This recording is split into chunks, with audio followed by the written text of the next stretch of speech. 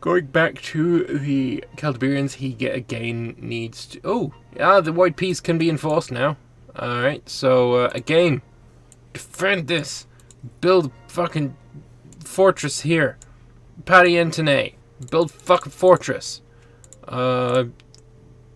This place, Vicus Cuminarius, build fucking fortress. Oh god, look at the elephants. Oh, there's 166 elephants waiting to reinforce. Why? It's so boring. Don't just spam one thing. Like I was saying earlier, one of the best strengths of Imperator is the rock, paper, scissors. Don't fucking throw dynamite into the rock, paper, scissors and expect that I'm going to enjoy it. Because I'm not. It's gonna be terrible. And lo and behold, fucking mass elephants are fucking boring. Were there ever this many elephants ever? No. More elephants have died in this fucking multiplayer than have ever existed on planet Earth ever. It's just, oh god. I mean, one thing you can say though is a unit of elephants being 1,000 men. That's not 1,000 elephants. It's a lot less, and then it includes their handlers to get it up to the 1,000. That's the way they explain it away. But at the same time, I don't fucking care about that. It still says 1,000 elephants. And even if it wasn't, even if it was like a tenth, if it was 100 elephants per cohort, it's still way too many elephants. I think what I'm really looking forward to is in the autumn we've got the update for Imperator is going to be called the Autumn of War, and I'm really, really hoping that radically changes the battle system to be something a bit more historically plausible. Because, yeah, that's weird. Imperator Rome exists in a universe where elephants are ultra fertile and reach maturity in 2 months. You are not wrong. You are not wrong. Yeah, especially considering you can reinforce your elephant stacks just as fast as everything else, which makes precisely jack fucking shit sense. Yeah, I'm with you on that one. Oh, and look, this is fucking... Actually, there's only 6 elephants there. But even so... 93. Have you got another stack of 93 fucking elephants somewhere? Probably. Oh, look. 93. Fucking elephants. Fucking... I just don't... just elephants, man. Don't like them. Oh, look. There's another one being built here. Look at these elephants. Being bred. Just rapid breeding of elephants. It's like, ugh. Not a fan. Not a fan of the elephant plays. Big battle here. Again, Macedonia just losing horrible amounts of troops to Magna Gracia. This is honestly the best rivalry. If they had this rivalry the entire game, it would have been way more fun. If this was something that was like, okay, they're at war again because they're fighting over the same piece of clay again, but like they were allied at some point. They ganged upon Etruria. It's just that's not what happened, which is a shame because this is fun. This big chunky Macedon and his allies versus Magna Gracia and his allies. It's fun to see. I just wish there was more of a history behind it than what there is. Big battle. Is it a bunch of elephants? No, but the elephants are coming in. How lovely. 40,000 elephants. And another fucking ton of elephants. There's 91 elephants ready to reinforce. Yay, it's such tactical genius. Ugh. What dumbasses start wars in autumn?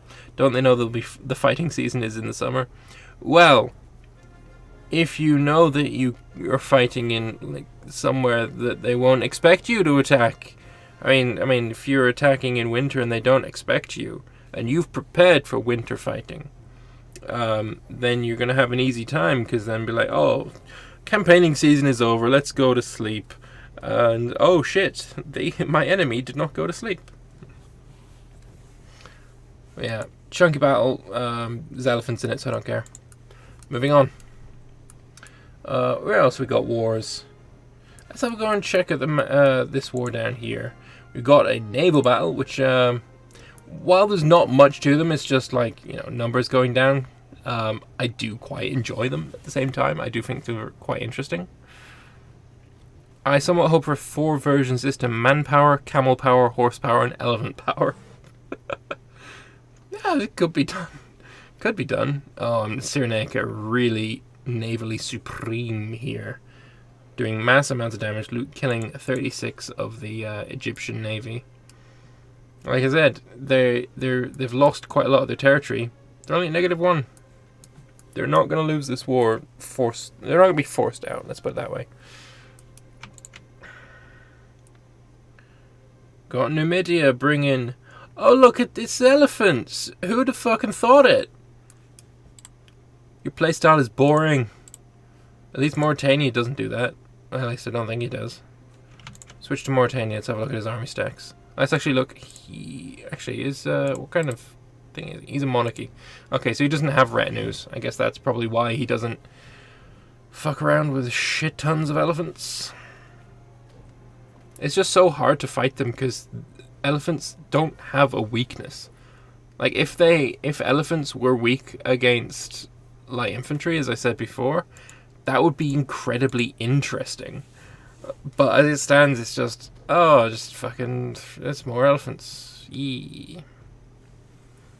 So yeah, hope for 4 versions system: manpower, camel power, horsepower, elephant power. You can keep the 1k size, but you need 100 elephants and 900 manpower. I like that. I like that a lot, actually. I just worry that it would clutter the UI a little too much. Unless you could, like, if you hover over it and it'll do it. I don't know. Because you'd need to show all of those numbers. Again, Celtiberia loses because he's fighting fucking super soldiers in the form of, you know, big walking monsters with tusks.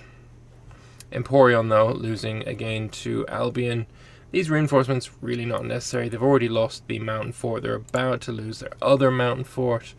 I doubt he's gonna. I probably could use this this kind of army to assault. This is a city. It's 3 forts. He hasn't assaulted it yet. I'd say this is probably around about right to assault. Somehow the battle almost got turned around. But yeah, it looks like Emporion are going to get chunked on again. Drop down the better UI mod system where you can toggle what you have in the UI. Yeah, I'd be okay with that, actually. I can't obviously show mod settings, but yeah, no, I understand what you mean. So a difference in retinue size for different types. Yeah, look, if you've got, let's actually switch to Numidia. If you have a look at your retinues, which is right here, and you say the primary retinue should be light infantry, your retinue should be bigger than if you say that your primary retinue should be horse archers. It should be a fuck ton larger if you say that your primary retinue should be elephants. A fuck ton smaller if it's elephants. You know what I mean? Like, if you have retinue cohorts and you choose this to be light infantry, you should get like 20. But then if you choose an elephant, you get like 3. That kind of thing, you know? So, if he chose light infantry as his retinue cohort, these 93k stacks would instead be something like 150,000.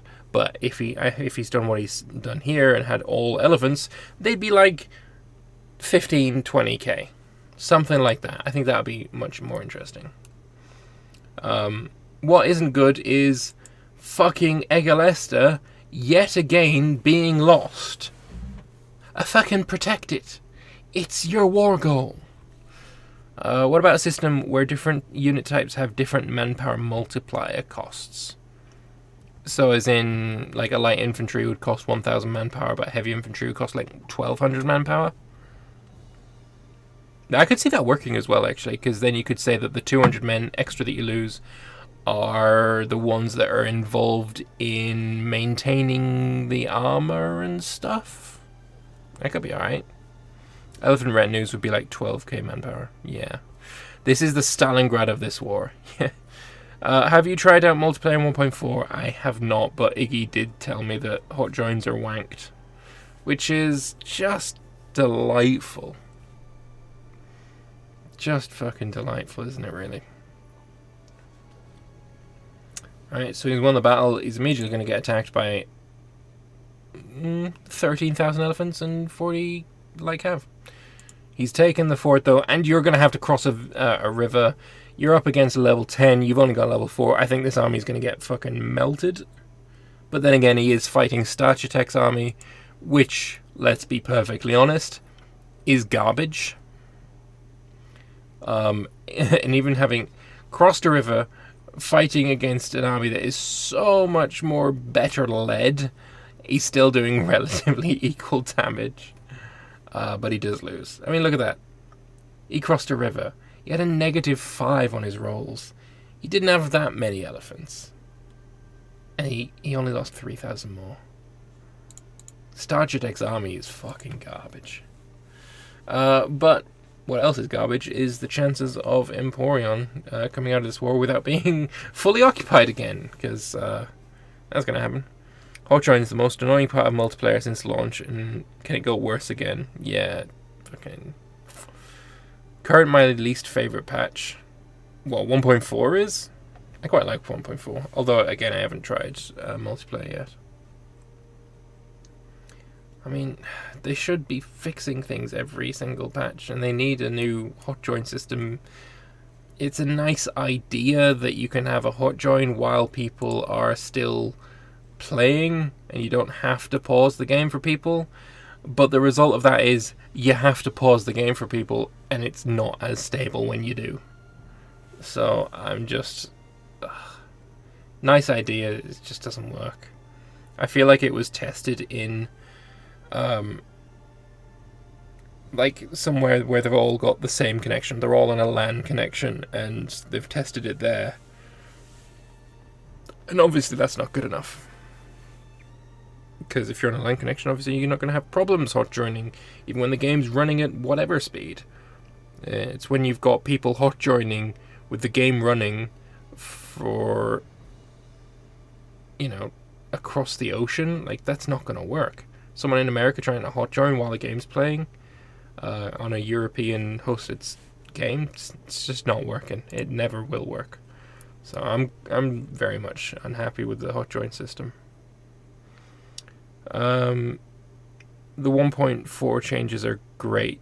Yeah, no, I agree. Like I do love the loyalty change. I was initially very skeptical of it. Like, I didn't like the idea of it, but what it actually has done to the game is nothing but positive for me. I think it's a brilliant change, having played with it. I'm looking forward to seeing people manage loyalty in multiplayer. Oh yeah, there's going to be a lot more civil wars, that's for sure. A lot more entice governors. And that's going to cause more conflict, which is going to cause more fun. I remember the pre-launch dev clash being so much smoother. Yeah, and like I said, they're all playing in the same office. Their ping is non-existent. That's where I feel the hot join system was tested, and yeah, like I say, that's not good enough. Is it possible that you have an option where everyone goes back to the lobby and the person hot joining just comes to a lobby and you go from there? That's basically rehosting the game, though, isn't it? Which is more stable, but eh. And speaking of rehosts, like Stellaris rehosts are terrible. It's basically a hot join. There is no lobby, which is just it boggles the mind why they thought that was a good idea. 1.4, yes, it's so disappointing to me. Interesting systems that should make playing small, tall more fun, but everything I found while playing was, oh, that got worse, and that too. I can't say I agree. I don't think there's any system that I really think is gotten worse. I think they're all improvements.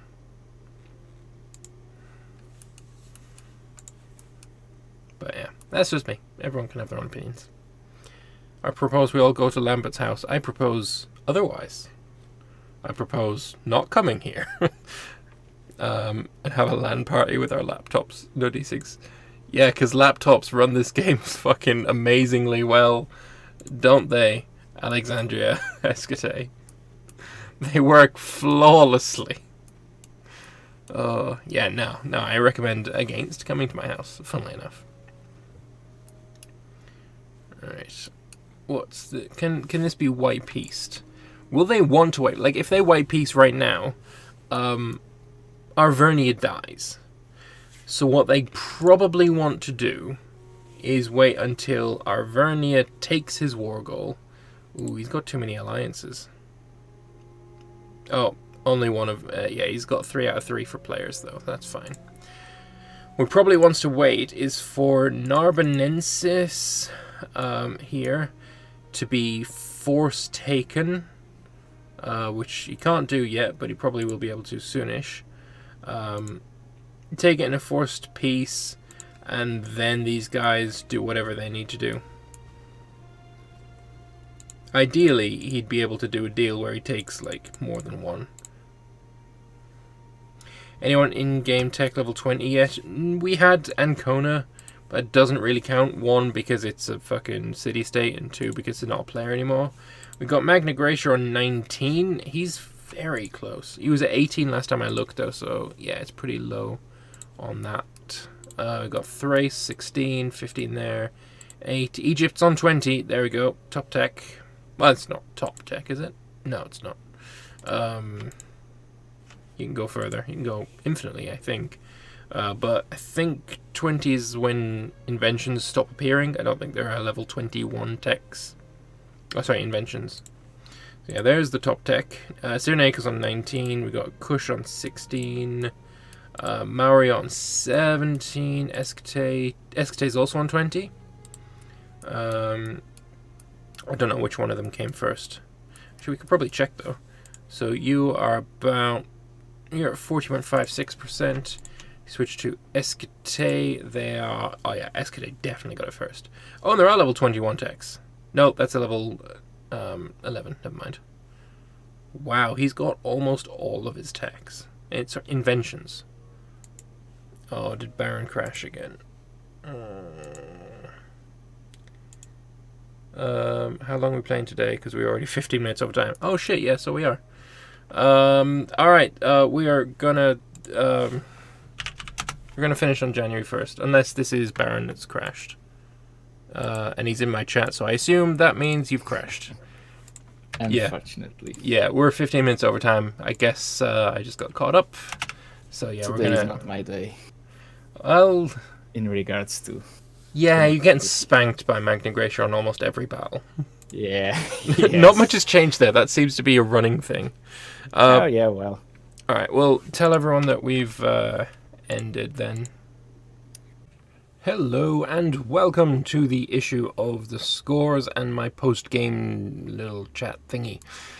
So, we started out the session with Magna Gracia at war with the world, and it seemed like that was going to go on until Magna Gracia finally conceded and managed to, lose Fortress Island, and, it would see the end of the Magna Grecian bloc, as it were. However, it didn't turn out that way.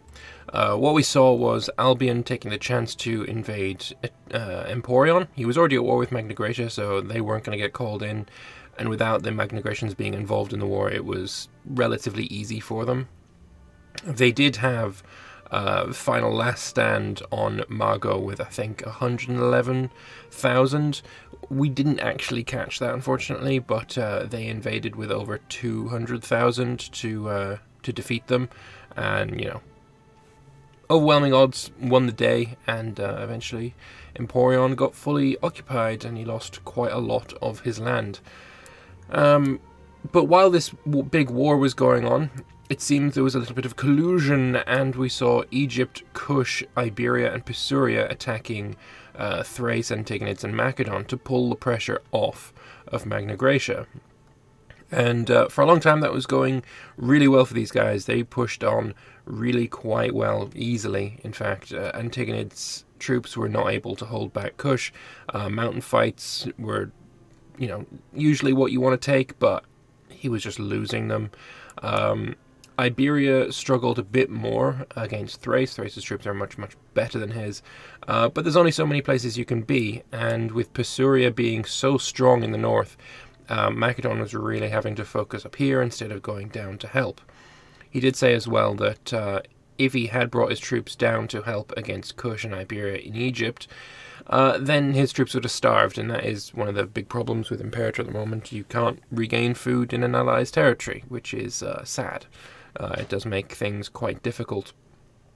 They were mostly fighting against Pisuria up in the north, and there was one really quite pivotal battle. The Thracians and Macedonians crossed over the Danube to siege Pyphigia, and things were going okay until Pisuria hired a 200,000 mercenary stack that was sitting in his mega capital, brought it in, won the fight, and as the Greeks were trying to cross over back the Danube to escape, he brought his tiny 12-ship fleet to block them, and they all died.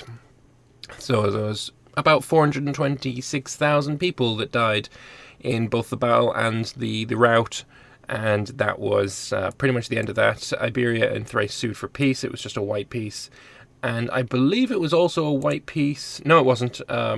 Thrace also lost this territory here, this region, this province even. There we go. So that's what happened there.